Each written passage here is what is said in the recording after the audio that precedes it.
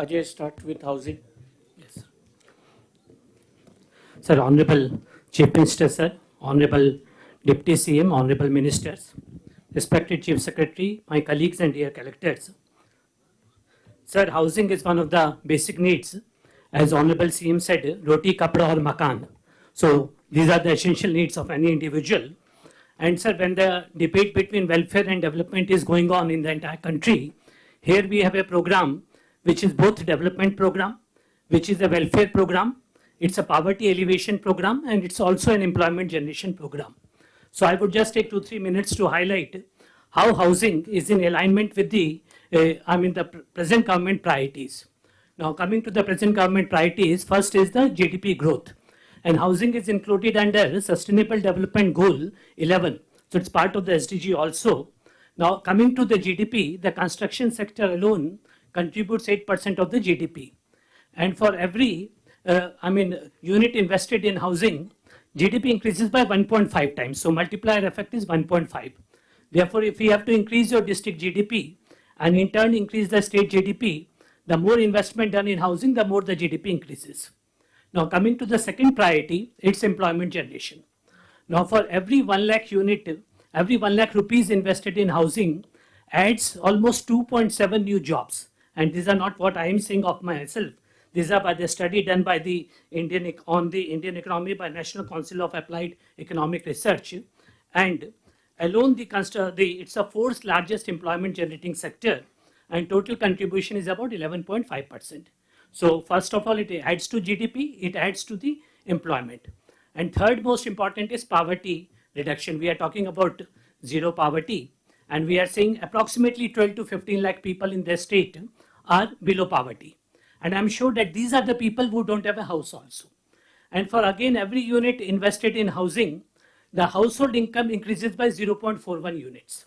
So I am reminded of the words of the Honorable Prime Minister while he launched the housing program, sir, our Honorable PM Modi. So he said कि जब किसी भी व्यक्ति को एक घर की चाबी देते हैं, तो वो सिर्फ घर की चाबी नहीं, वो दिमाग की चाबी होती है. Basically what he meant was, if a person is given a key to the house, it is a key to his mind, it's a key to his self-confidence. So confidence of the person increases when he has a roof over the head. So therefore it's one of the biggest poverty alleviation program, housing. Fourth is we are talking about skill development. Housing requires a lot of skilled people, so it would contribute. Fifth is we are talking about P4 partnership, the public-private people partnership, top 10% contributing to the bottom 10%. In a housing, we can try that if in a municipality or in a village, top 10 people can help the bottom 10 houseless people in construction of the house, we can have a beginning from there. And the most important thing is that whatever we do, whatever the money is spent in housing, 1 rupee invested, 12 paisa comes back to the state. And the best part is even that 1 rupee, the state government did not have to spend. It is coming from the central government. So what I am saying is it's a win-win-win situation for everybody if the district collectors focus on the housing program. Now, if we come to the housing program, Honorable CM had a meeting on 29th of July. And then he was very clear that housing program should continue. And the manifesto of the present government also states that housing would be completed for all those who were sanctioned houses. And for future, 3 cents of house site would be provided in rural areas and 2 cents in urban areas. That's for the future. For those who have been given housing, it would be continued. Now, if you see the housing program in the state of Andhra Pradesh, we had 4 schemes. The first 3 are Government of India schemes, PMAY Urban BLC program, that is a beneficiary-led construction program, in which we got a sanction of total 18 lakh houses. Almost 27,000 crores were sanctioned by Government of India in the last 10 years. And then the progress, if we see, about 35% houses are completed, not started are 26%, and in progress are close to 39%. So this is in the ULB and UD limits. Then if we talk about the Grameen, because we have got very less area in the Grameen, so we got about 2.46 lakh houses, again 20% completed, and 51% houses in progress. And recently, Honorable Prime Minister, for PVTG, the primitive tribal groups, he launched the program of PM Janman housing, in the 8 districts of Andhra Pradesh for specific primitive tribes, in which we have got about 35,970 houses. Of course, in the previous government from 14 to 19, we had the state-sponsored housing also in the name of NTR rural housing. But in the previous government from 19 to 24, it was discontinued. Only the above 3 programs were taken up.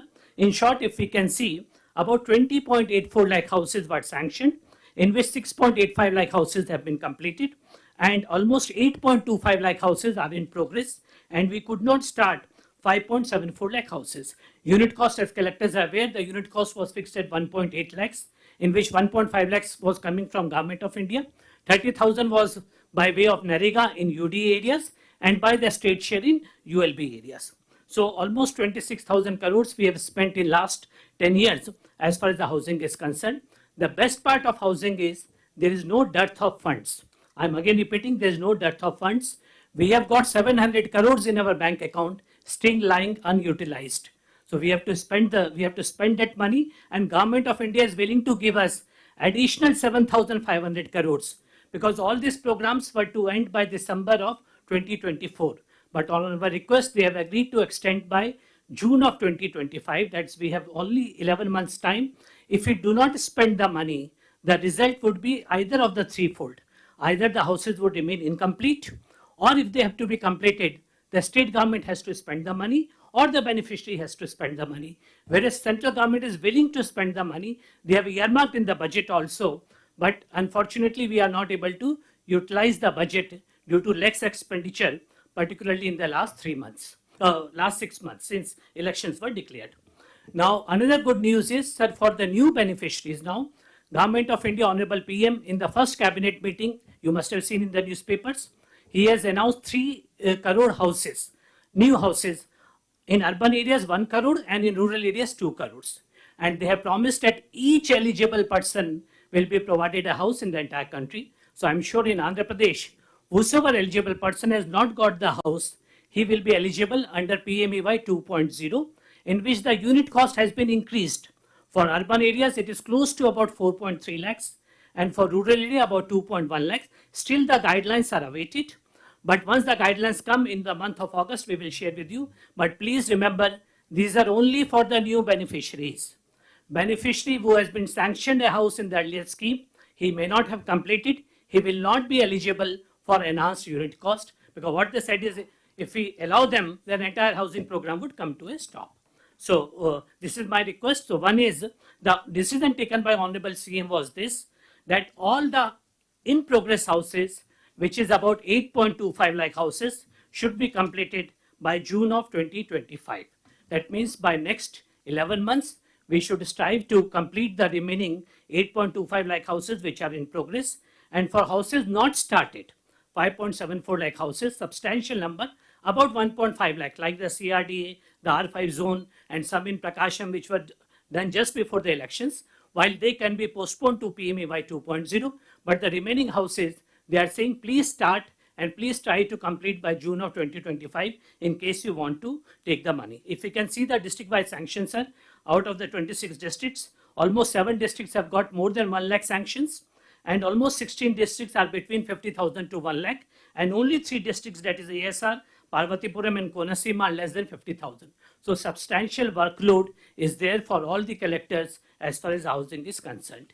Now what we expect from the collectors is, number one, making housing as your topmost program. As I said, it is contributing to the goals of the present government.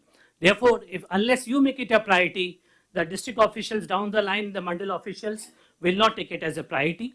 Number two is the fortnightly review with the officials. As I said, it is not a program of only housing department. It involves municipal commissioners, involves MDOs and the line departments.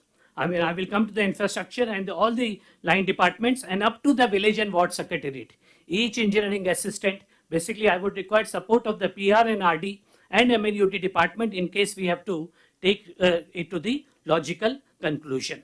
Then appointment of district level officials as special officers for each mandal and municipality, and again the mandal or municipal level officer for each of the housing layout. And then of course, lead by example. I mean, undertake the field visits yourself. If you start interacting with the housing beneficiary in the colonies, other day I saw in the newspaper today, Honorable Civil Supplies Minister has undertaken a visit to the housing colony. So if the collectors personally visit the housing colonies, you will come to know the problems. It is not that problems are not there. There are so many problems, but of course we have to solve the problems. Then of course preparation and implementation of action plan for completion of this 8.2 lakh houses. It's not an easy task, very, very difficult task, because we have to spend about 9,000 crores in 330 days. So every day 30 crores expenditure has to be made. Every day 2,500 houses have to be completed.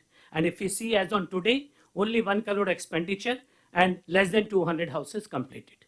So almost 30 times the more effort we have to put. And then completion of 1.25 lakh houses as part of the 100 days action plan. Honorable CM has announced we should complete by October. October 2nd is what we are targeting on the birth anniversary of Mahatma Gandhi. At least minimum 1.25 lakh houses should be dedicated to the nation. Then another point is all the eligible households who are sanctioned for, who are eligible for new houses. I'm appealing to the honorable ministers also, all the MLAs also, wherever if we find even one person who is eligible, if he has not got the house, we can include them under PMAY 2.0. Shortly after the guidelines come, we will be rolling out an app and all the eligible people can be enrolled in this, so that idea is by 2029, there should not be any one person who does not have a house of his or her. And then another important point is thorough verification of eligibility, because we have received certain complaints. Honorable CM asks us to do big data analytics. We are doing it, Rajababu is doing it.